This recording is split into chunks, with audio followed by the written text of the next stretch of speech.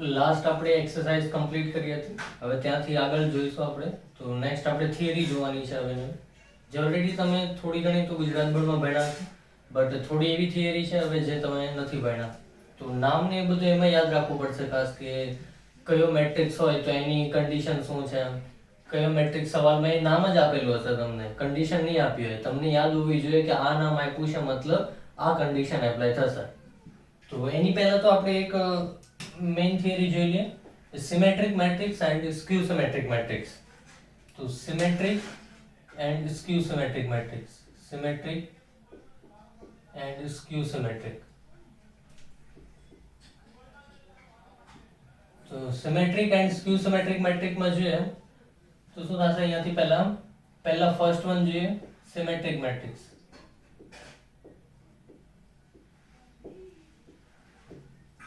Symmetric મેટ્રિક્સમાં જોઈએ તો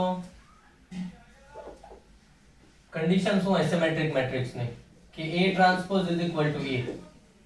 સિમેટ્રિક મેટ્રિક્સની condition A transpose is equal to A. મતલબ A અગર હું એમ કહું Aij છે, A બરાબર અગર Aij છે અને A ટ્રાન્સપોઝ બરાબર શું થવું જોઈએ, Aij જ થવું જોઈએ. બંને સેમ થવા જોઈએ. A ટ્રાન્સપોઝ બરાબર A છે તો બંને સેમ થશે અને સિમેટ્રિક મેટ્રિક્સ કહેવાશે. હવે એક વસ્તુ તમને ખબર છે, સિમેટ્રિક મેટ્રિક્સ જે છે એની જે ફિગર છે એ કઈ રીતના હોય છે, મતલબ કઈ રીતના એલિમેન્ટ જે છે ગોઠવાયેલા હોય છે. તો કે આપણને ખબર છે કે એમાં ડાયાગોનલમાં ઓલવેઝ કેવા હોય છે એલિમેન્ટ, 0. ડાયાગોનલમાં ઓલવેઝ એલિમેન્ટ 0 હોય. એ કોના કેસમાં, સ્ક્યુ સિમેટ્રિકના કેસમાં. સિમેટ્રિકના કેસમાં નહીં હોય. તો આ વસ્તુ એક આપણને કન્ફ્યુઝન થાય અહીંયા ઘણી વખત કે સ્ક્યુ સિમેટ્રિકમાં 0 લે છે ડાયાગોનલમાં, સિમેટ્રિકમાં નથી લેતા. તો એના માટેનું રીઝન જોઈએ પહેલા કે અહીંયા આની જે ફોર્મેશન છે કેવી છે કે અહીંયા A B C, પછી અહીંયા સેમ મૂકવાના, અહીંયા F તો અહીંયા F, G તો અહીંયા G, અહીંયા H તો અહીંયા H.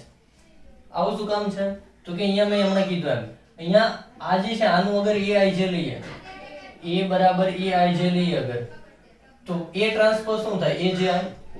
આ Aij હોય તો આ A ટ્રાન્સપોઝ Aj થશે. A Aij છે તો A ટ્રાન્સપોઝ Aj થશે. એનો મતલબ શું થયો જો અહીંયા કે Aj બરાબર Aij. હવે અગર I બરાબર j મૂકો, આમાં I બરાબર j મૂકો તો Aii બરાબર શું થઈ જશે, Aii બરાબર Aii. બટ અગર A બરાબર j નથી, I બરાબર j નથી, જો આ એલિમેન્ટ માટે I બરાબર j નહીં હોય. I બરાબર j કોના માટે હોય, ખાલી ડાયાગોનલ એલિમેન્ટ માટે હોય. I બરાબર j કે અહીંયા A11 એટલે I અને j બે સેમ છે, A22 એટલે I અને j બે સેમ છે, A33 એટલે I અને j બે સેમ છે. બટ બાકીના જે એલિમેન્ટ છે એના માટે I અને j સેમ નહીં હોય. તો જો Aji બરાબર Aij, મતલબ Aji.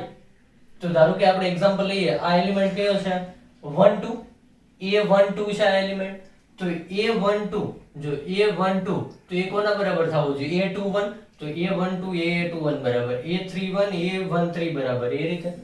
તો એટલા માટે એમ સેમ લેવા પડે છે કારણ કે Aij બરાબર Aji છે. અને ડાયાગોનલ ના એલિમેન્ટ માટે આપણે જોયું તો Aii બરાબર Aii, મતલબ કોઈ ભી હોઈ શકે છે. Aii બરાબર Aii, I બરાબર j પુટ કર્યું તો ચાલો આ તો સિમેટ્રિક ની વાત થઈ. એ સિમેટ્રિક મેટ્રિક્સ જો એનું ફોર્મ શું હશે, A ટ્રાન્સપોઝ બરાબર A. અને એનું જે એલિમેન્ટ જે હશે એ કઈ રીતે ગોઠવાયેલા હશે, ડાયાગોનલમાં તો ગમે તે એલિમેન્ટ હોઈ શકશે ABC, બટ જે બાકીના એલિમેન્ટ છે એ કેવા હશે, સિમેટ્રિસિટીમાં હશે, કે જે પહેલી સાઈડ છે આખો ભાગ એ જ આ સાઈડ હશે. ચલો હવે નેક્સ્ટ જોઈએ આપણે સેકન્ડ પાર્ટ. સેકન્ડ પાર્ટ જે છે કયો છે, સ્ક્યુ સિમેટ્રિક મેટ્રિક્સ. તો સ્ક્યુ સિમેટ્રિક મેટ્રિક્સ જે છે ઇમ્પોર્ટન્ટ છે. Skew symmetric matrix. તો સ્ક્યુ સિમેટ્રિક મેટ્રિક્સમાં પહેલા તો સ્ક્યુ સિમેટ્રિકમાં કન્ડિશન જે છે એના ઉપરથી આપણે ઘણું બધું પ્રૂવ કરીશું, બીકોઝ એ કન્ડિશન આપણને બહુ નોર્મલ લાગે છે કે A ટ્રાન્સપોઝ બરાબર -A છે.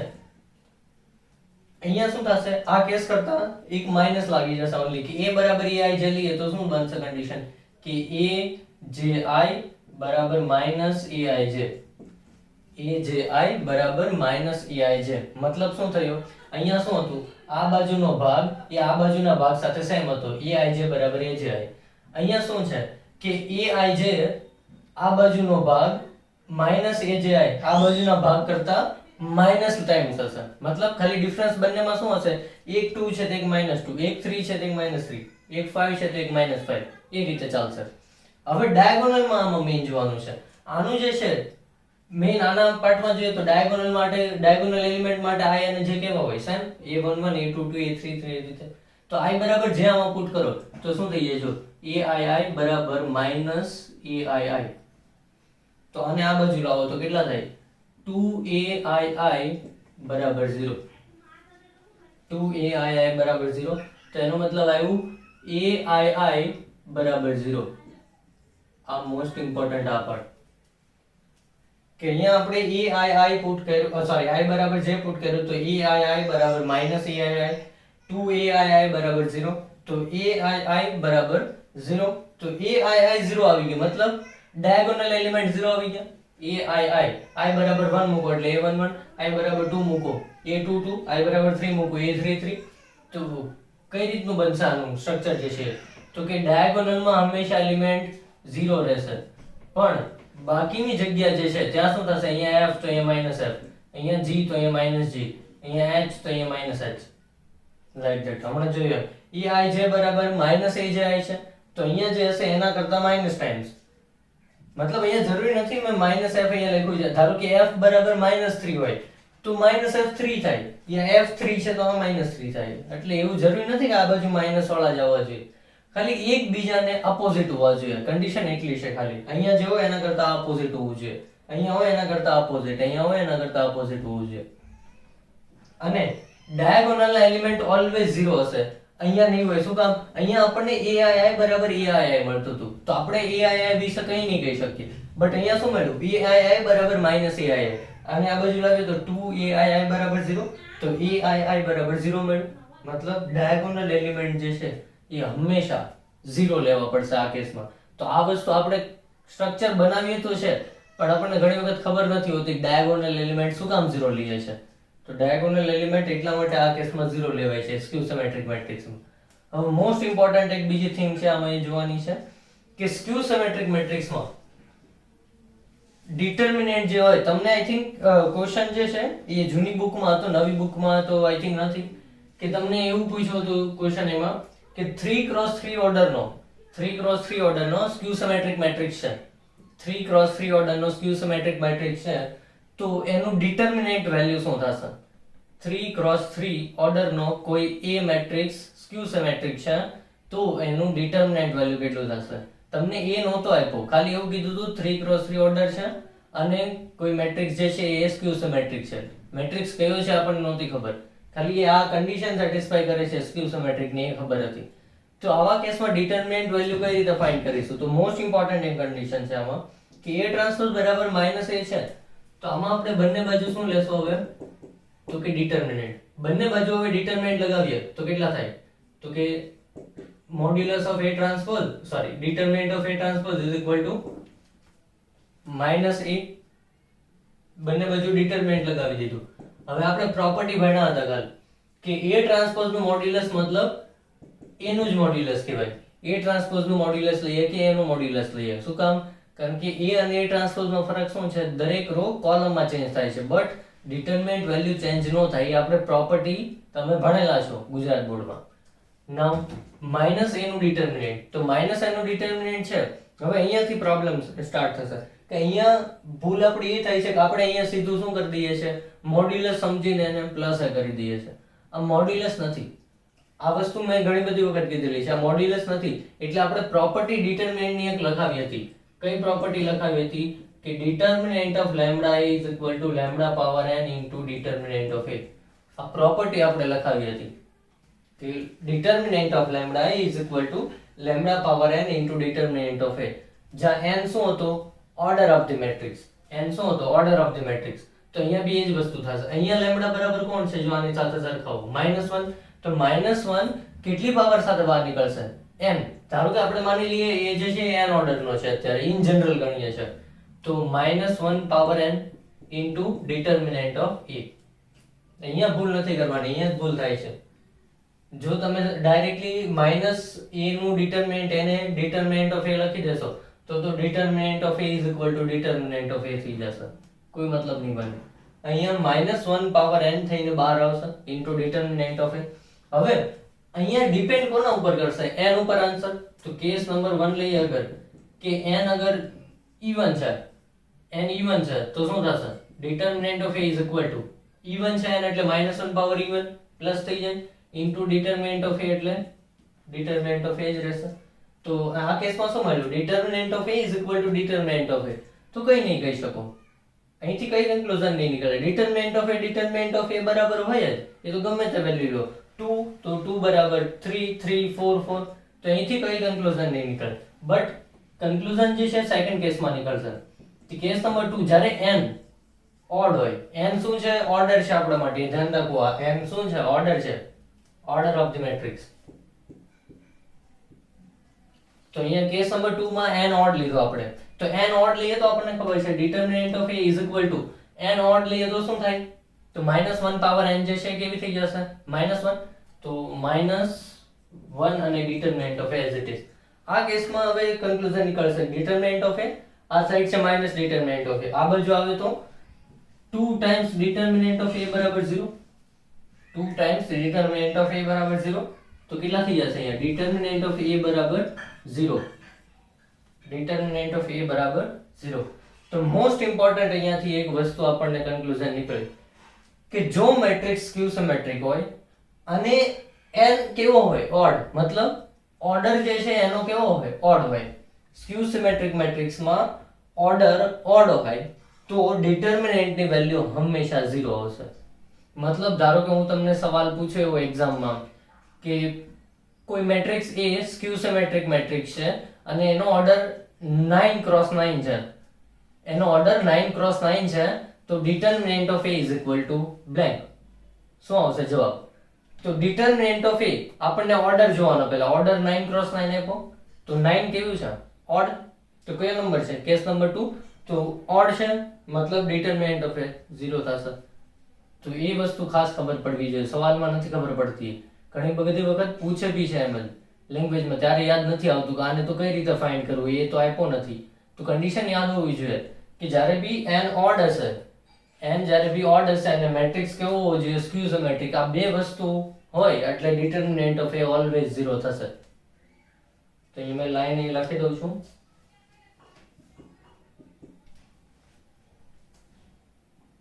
Skew symmetric determinant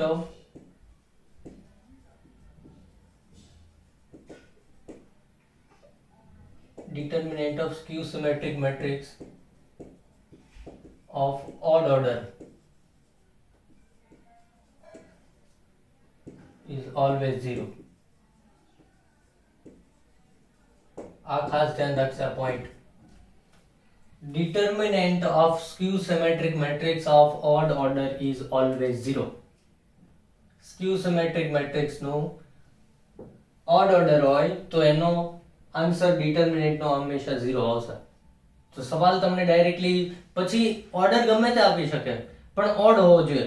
જો એવું કે 4x4 નો કોઈ મતલબ ઓર્ડર 4 નો કોઈ સ્ક્યુ સિમેટ્રિક મેટ્રિક્સ છે તો તમે કહી નહીં શકો, તો આ નથી લખવાનું કારણ કે 4 આપ્યો છે ઓર્ડર. તો 4 આપ્યો છે મતલબ કેસ નંબર 1 છે, તો ત્યાં મેં નથી કીધું કે જવાબ 0 આવશે, મેં કેસ નંબર 2 માં કીધું છે. તો એ ધ્યાન રાખજો. પહેલા ઓર્ડર કયો હોવો જોઈએ? ઓડ હોવો જોઈએ. પછી તમને 4 આપ્યું છે, 6 આપ્યું છે, ઇવન આપ્યું છે તો તમે કઈ નહીં કહી શકો. 0 હોઈ બી શકે, નહીં બી હોઈ શકે. શું કામ? જો ડિટર્મિનન્ટ ઓફ A બરાબર ડિટર્મિનન્ટ ઓફ A, 0 બરાબર 0 બી થાય, 2 બરાબર 2 બી થાય, 4 બરાબર 4 બી થાય. તો એ કેસમાં તો સાચું પડશે બધી જગ્યાએ, પણ આ કેસમાં સાચું ન પડે બધી જગ્યાએ. 2 તો અહીંયા -2 થઈ જાય. તો એટલા માટે ખાલી આ એક જ કેસમાં સાચું પડે 0 માં. તો આ કેસમાં તો જવાબ ગમે તે આવી શકશે. ઇવન હોય તો કઈ નહીં કહી શકો, ઓડ હોય તો આપણે ડેફિનેટલી 100% કહી શકશું કે determinant of A skew symmetric matrix નો 0 થશે. તો આ એક પોઈન્ટ ખાસ ધ્યાન રાખશે. ચલો નેક્સ્ટ આપણે જોઈએ એક આઇડેમ્પોર્ટન્ટ મેટ્રિક્સ.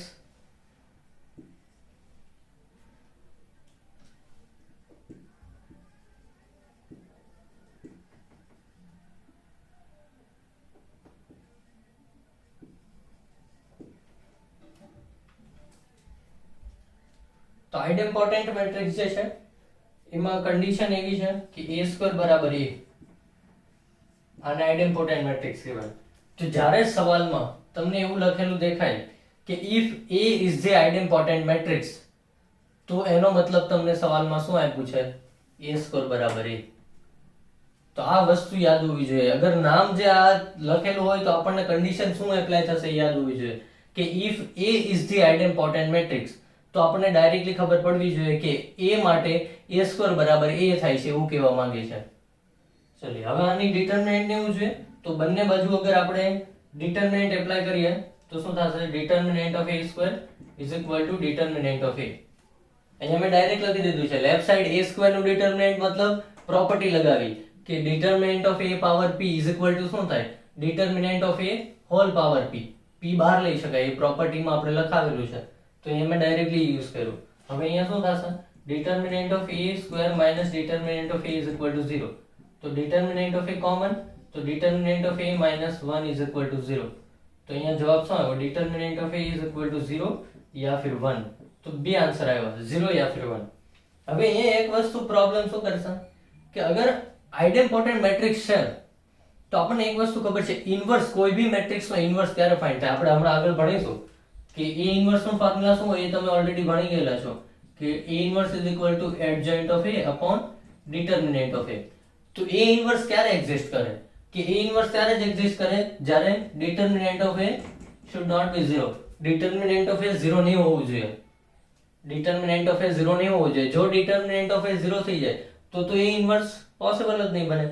તો કારણ કે નીચે 0 થઈ જાય ને તો એટલા માટે ડિટરમિનન્ટ ઓફ a 0 નહીં હોય ત્યારે ને તો જ પોસિબલ બનશે ઇન્વર્સ, અને ડિટરમિનન્ટ ઓફ a 0 હશે તો પોસિબલ નહીં બને.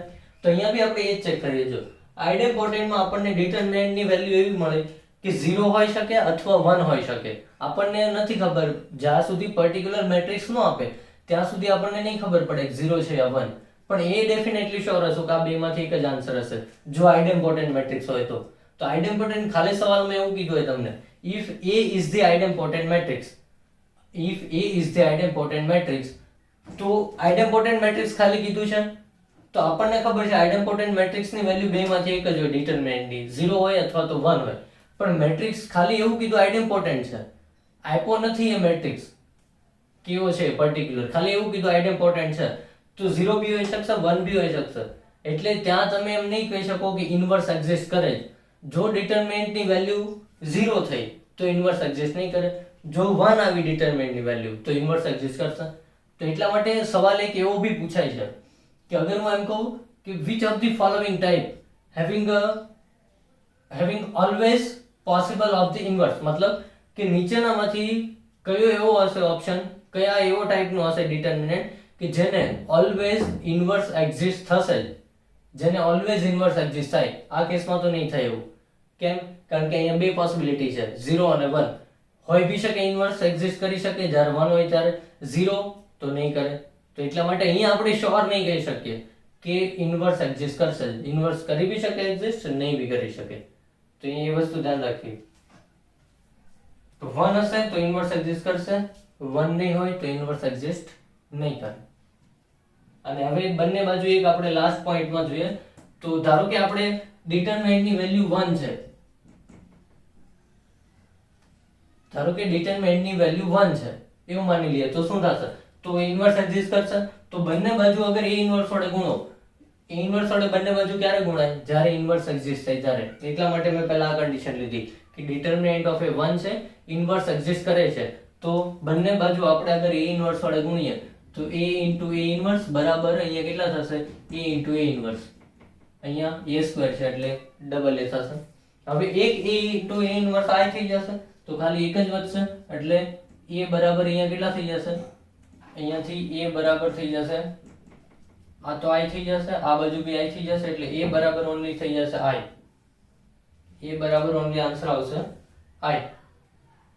તો અહીંયા a બરાબર i આવ્યો. મતલબ શું થયો કે અગર ઇન્વર્સ એક્ઝિસ્ટ કરતું હોય આઇડેમ્પોટેન્ટ મેટ્રિક્સમાં, અગર ઇન્વર્સ એક્ઝિસ્ટ કરતું હોય આઇડેમ્પોટેન્ટ મેટ્રિક્સમાં તો એ ખાલી કયો મેટ્રિક્સ હશે? i. i જ એક એવો મેટ્રિક્સ છે, મતલબ i મતલબ કોણ હોય? Unit matrix.